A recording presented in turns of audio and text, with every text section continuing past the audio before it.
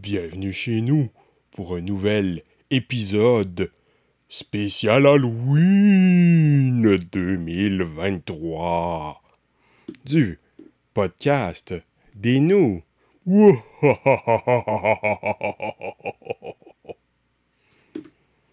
Pour ceux qui ont vu l'épisode spécial Halloween sorti en 2022, vous savez déjà qu'il existe des mangas d'horreur par Junji Ito. Mais ce que vous savez peut-être pas, c'est qu'il n'y a pas que Junji Ito qui sait faire de l'horreur dans les mangas au Japon. Incroyable!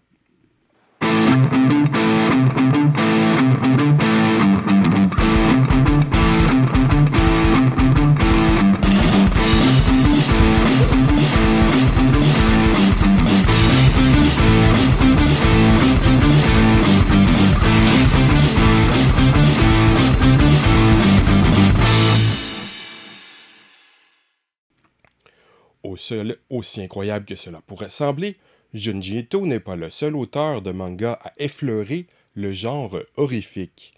Je n'en ai lu qu'assez peu personnellement, mais j'en ai tout de même lu quelques-uns. Notamment, mais pas uniquement, via un bundle de mangas scannés offert en octobre 2020 par Human Bundle. Je n'ai d'ailleurs toujours pas lu l'intégralité de la chose, je n'ai pas nécessairement envie tous les jours de me lire des scans de mangas horrifiques, puis certains titres sont incomplets. J'ai tout de même eu l'occasion de lire quelques autres mangas touchant l'horreur, en dehors de ce bundle. Je me dois de préciser que ce ne sont pas tous des mangas de genre horreur de manière spécifique. Certains des mangas ne font que s'approcher du genre sans réellement en faire partie. Mais cela n'empêche aucunement tous ces mangas d'être intéressants. Et je viens de me rendre compte que mon micro se bougeait tout seul. Donc, je vais commencer avec un premier manga touchant l'horreur. Le manga Kasane. Que je prononce peut-être pas bien le titre, mais bon. C'est une excellente série de Daruma Matsura en 14 volumes, publiée de 2013 à 2018, mettant en scène une fille laide qui, grâce à un rouge à lèvres magique laissé par sa mère, une fameuse actrice reconnue pour son talent et sa beauté, va pouvoir voler l'apparence de d'autres femmes et ainsi devenir une actrice. Un manga passionnant qui nous plonge dans l'univers de l'art dramatique, de la beauté, de l'horreur, de la solitude, rempli d'émotions. L'histoire nous invite à poursuivre pour savoir ce qui va arriver, à nous faire peur, nous invite dans un monde plein d'horreur et d'émotions, vraiment un magnifique manga. Pour ceux qui se systèment de mon système de notes, qui est sur 5, je donne un 5 sur 5 à un chef-d'œuvre, un 4 à une œuvre qui se démarque particulièrement, un 3 à un divertissement honnête, un 2 à une œuvre moyenne, un 1 à une œuvre mauvaise et un 0 à une nullité absolue, telle que, par exemple, le COVID-19. Oui, je suis pas du tout dans l'actualité. J'étais pas très inspiré. Donc, je donnerais à ce manga une note de 4. C'est vraiment très très bon. Et je sens que je vais éternuer. Foutus allergies? Ok, finalement, j'ai pas éternué. Bon. Je vais maintenant parler de Sankarea. C'est une étonnante série de Mitsuru Hattori en 14 volumes, publiée de 2009 à 2014 avec une intrigue totalement idiote qui aurait pu laisser penser à une énième love comédie à base de tropes et de fanservice, avec assez peu d'humour et de sentimental, qui au final est une bonne petite histoire avec pas mal de bonnes idées et qui approfondit pas mal les personnages. Plutôt un drame fantaisiste. On est bien loin des comédies typiques. Un ado fan de zombies décide d'essayer de faire revivre son chat avec une potion de résurrection dont il a trouvé la recette dans un vieux bouquin. Mais une fille va boire la potion sans savoir ce que c'était dans une tentative de suicide, puis va se faire accidentellement tuer par son père durant une dispute, ce qui fera d'elle une zombie avec le fan de zombies qui va prendre soin d'elle. Je donnerai à ce manga une note de 3. C'est un divertissement très honnête. Je vais maintenant parler de Happiness, une très bonne série de Shizo Oshimi en 10 volumes, publiée de 2015 à 2019, à propos d'un adolescent qui, après avoir été attaqué par une vampire, soit va offrir le choix entre mourir ou devenir comme elle. Il choisit bien sûr la seconde option. Ce qui aurait pu être une banale histoire de vampire se révèle assez intéressante de par son intérêt pour les sentiments des personnages, certaines petites réflexions, une histoire bien construite et un style très réussi. L'histoire m'a peut-être semblé un peu trop courte, mais c'est peut-être parce que je l'ai lu trop vite, tout simplement parce que c'est bon et ça se lit bien. C'est mon premier manga de Shuzo Oshimi, et certainement pas mon dernier. Je donnerai à ce manga une note de 4. C'est vraiment particulier. Passons donc à Until Your Bones Rot, une série de Yae Utsumi en 7 volumes parue de 2016 à 2018. L'auteur nous propose une intrigue à la I Know What You Did Last Summer, mais le fait en mieux, ce qui ne peut être pas un exploit, mais c'est déjà ça. L'intrigue est assez bien menée, c'est un thriller efficace, pas un slasher stupide, quoique j'aime bien I Know What You Did Last Summer, c'est stupide mais amusant. Ici on est dans du sérieux, et on se demande vraiment ce qui va se passer, même si je doute que je relise la série un jour. Je lui donne tout de même une note de 3, c'est très divertissant. Ce qui m'amène maintenant à Princess Résurrection, série par Yasunori Mitsunaga, publiée en 20 volumes de 2005 à 2013, à propos d'un ado tué accidentellement par une princesse du monde des monstres qui l'a ressuscité, mais par de ce fait, elle en a fait un servant de cette dernière, qui est, malgré elle, impliqué dans une guerre de succession. Un shonen qui a un assez bon potentiel pour amuser, de par son concept, son univers intéressant, ses personnages, surtout son utilisation de personnages ou créatures iconiques de l'horreur, mais qui se perd en longueur et répétition avec quelques intrigues amusantes par moments, mais des retournements trop rarement intéressants. Je donnerai donc à cette série une note 2, c'est assez moyen. Je n'ai pas encore lu la suite Princess Résurrection Nightmare et je me demande si je vais le faire un jour. Ce qui m'amène donc à L'école emportée, un classique de Kazuo Umezu en 11 volumes publiés de 1972 à 1974.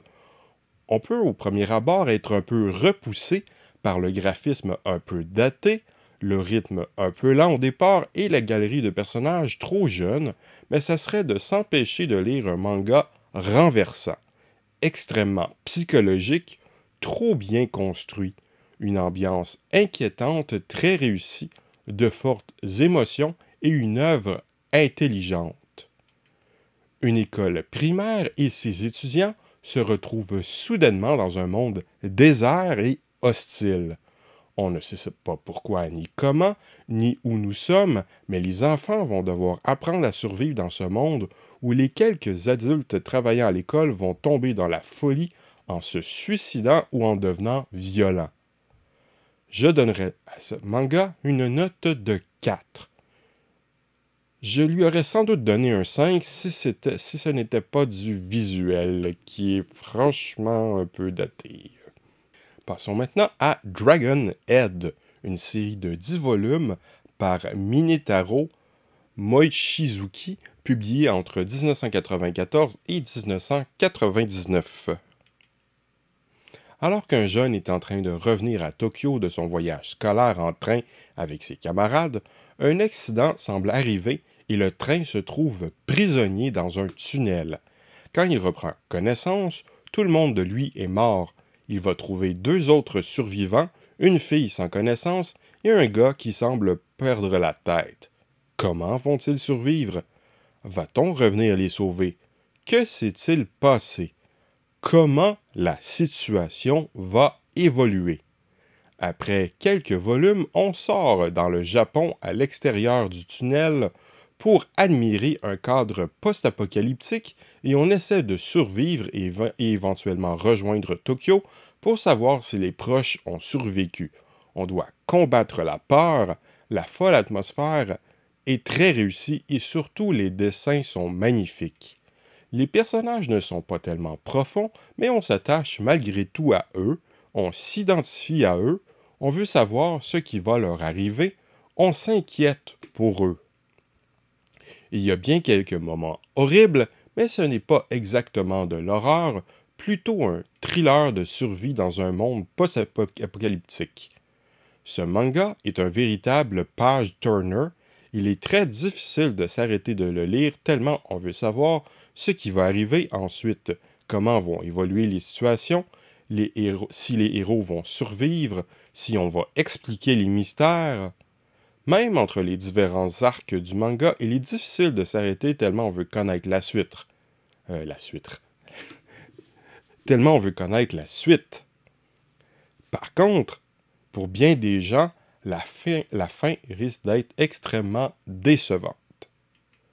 Je ne parle pas vraiment de la situation dans laquelle sont laissés les personnages. Certains en seront peut-être mécontents, mais ce n'est pas du tout mon cas. Et puis cela fait du sens avec de très réussis toutes dernières pages. Ni même sur les mystères entourant la situation de la série, mais les derniers chapitres envoient tellement d'éléments intrigants que cela en devient frustrant du peu qu'il en est fait, surtout en ce qui a trait à une intrigue en lien avec le titre de la série. Oui, j'essaie d'être le plus vague possible pour ne pas spoiler, mais ceux qui ont lu le manga sauront de quoi je parle et les autres s'en rendront bien compte au bon moment. Mais ne prêtez pas trop attention au titre de la série, ceci est un avertissement sérieux. Un très bon manga, sauf peut-être la fin, mais en réfléchissant, ce n'est peut-être pas si mal, cela a de bons côtés, et puis l'essentiel est le voyage qui fut pour moi excellent. Donc ce manga se mérite un 4. Abordons maintenant Fire Punch, un manga en 8 volumes publié de 2016 à 2018 par Tatsuki Fujimoto, mieux connu par son manga actuel Chainsaw Man, que je n'ai pas lu. C'est bien sûr aussi quelque chose d'assez barré. Dans un futur post-apocalyptique où les gens meurent de froid, de faim ou de violence, certains ont des pouvoirs.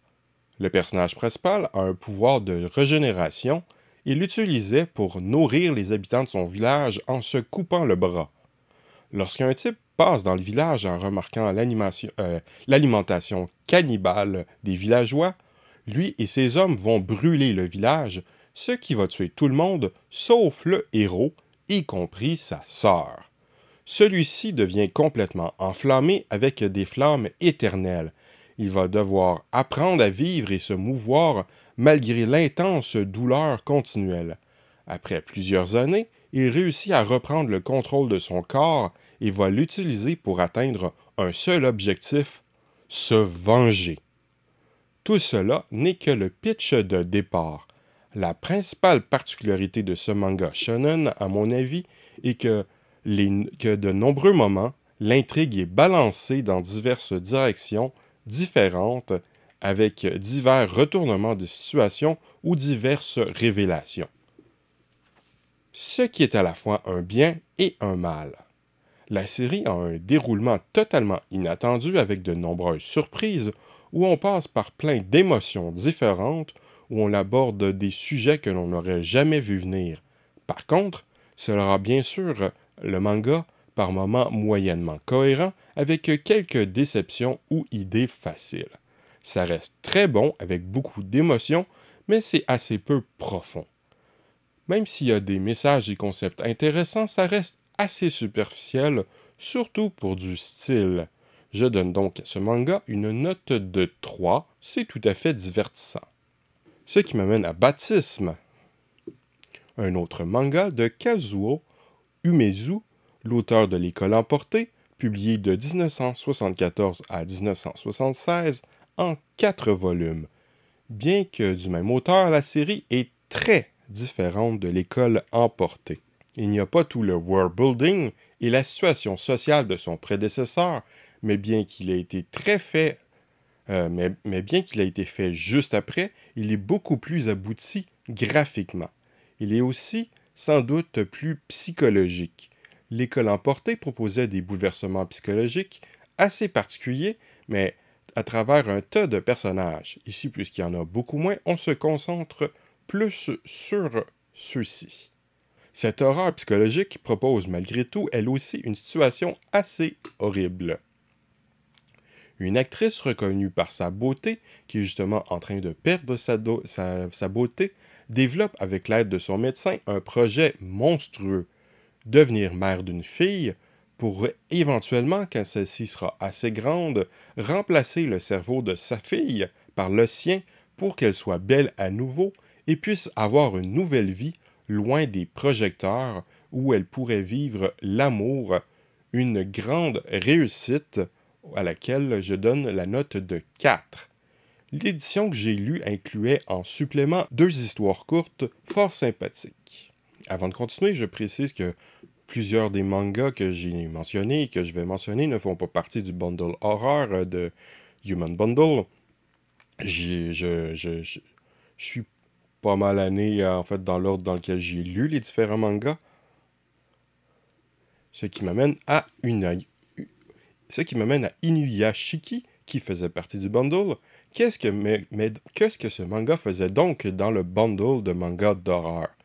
Ça n'a pas grand-chose d'une histoire d'horreur, on est en quelque sorte plus près d'une histoire de super-héros. Quoique...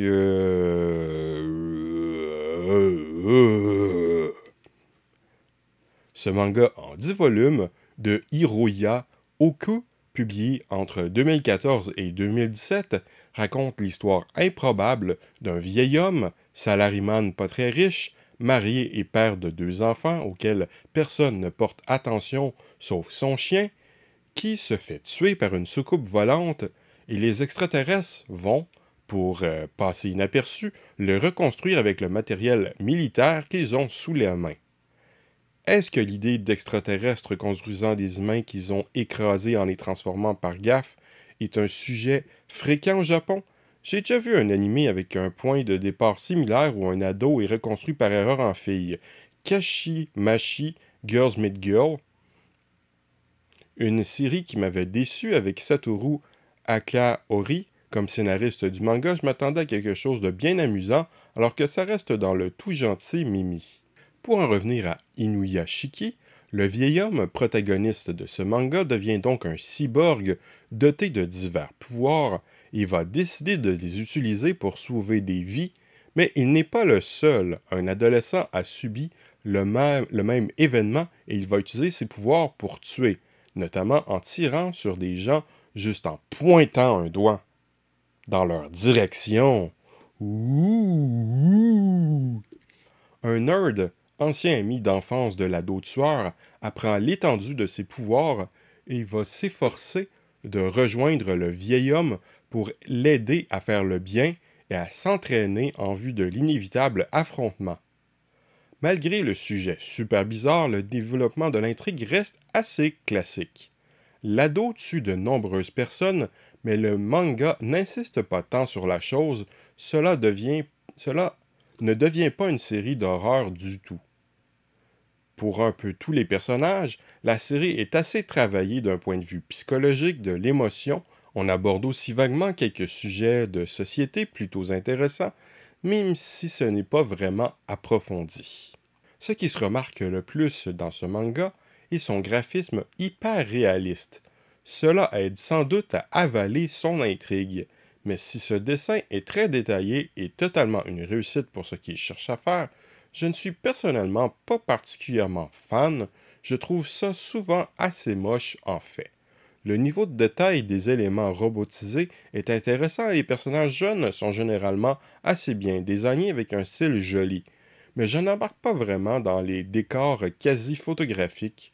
Je ne suis pas non plus super fan du découpage assez souvent de très grandes cases et à peu près pas de texte. Ça se lit bien trop vite pour raconter au final assez peu. Je me trompe sans doute puisque la série a tout de même duré 10 volumes et a eu le temps de terminer son histoire, mais je me dis que ça devait être frustrant pour les lecteurs de la prépublication dans Evening avec aussi peu de contenu par chapitre.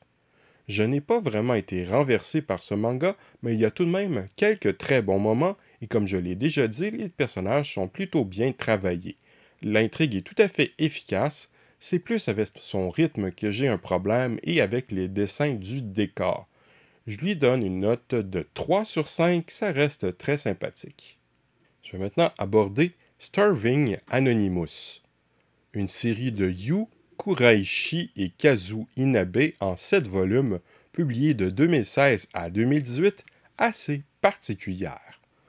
Un ado revenant de l'école en bus se retrouve, après avoir été endormi avec les autres passagers, dans un entrepôt où des tas d'humains sont gavés pour en faire de la nourriture pour des monstres.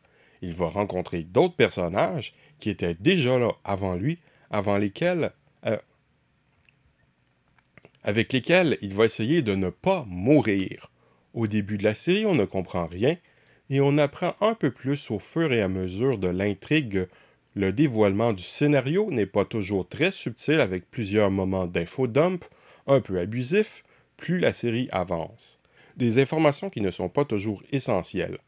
Un peu de mystère aurait sans doute été mieux que certaines révélations, des idées pas toujours très originales et parfois des concepts super bizarres sortis d'on ne sait où.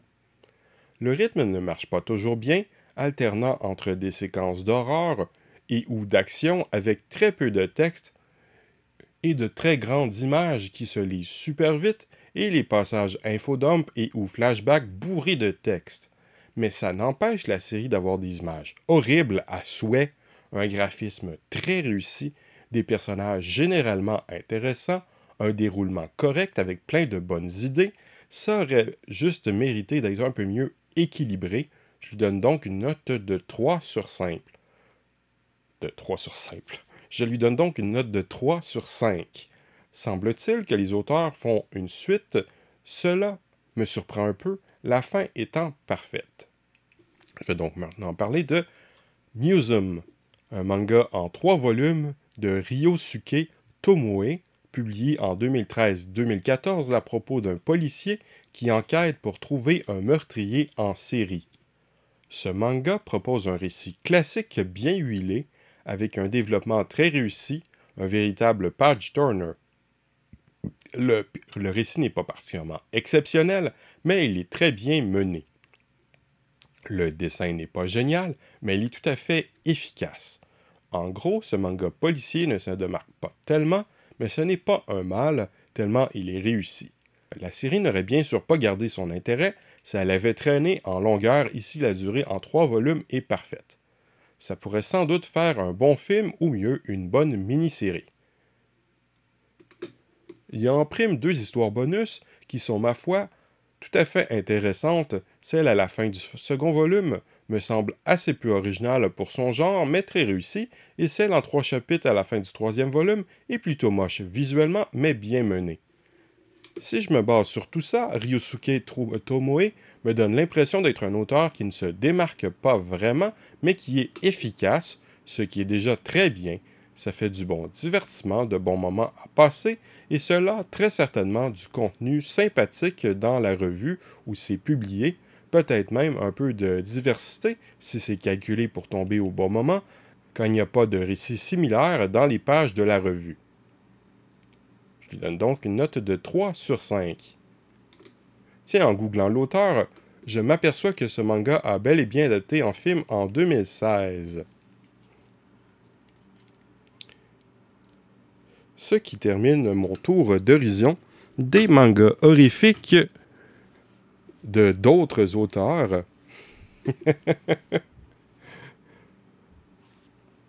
Par contre, il y a des histoires horrifiques partout en bande dessinée. Ce n'est pas exclusif au Japon, bien évidemment. Si vous vous intéressez par exemple à la Corée, au phénomène du manhwa et plus particulièrement du webtoon, je vous recommande très chaudement la série Sweet Home. C'est absolument horrible. Ouh. Il y a aussi une série préquelle qui est très sympathique. Je l'ai beaucoup appréciée, même si j'ai préféré la série originale Sweet Home. Sur ce, passez un bon Halloween et ne mangez pas trop de bonbons.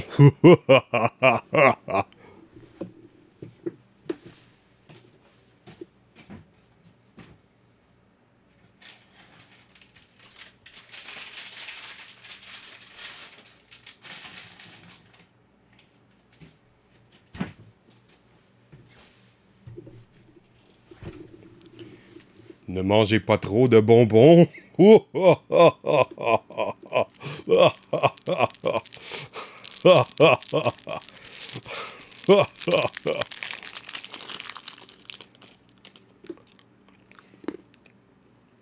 Le bonbon.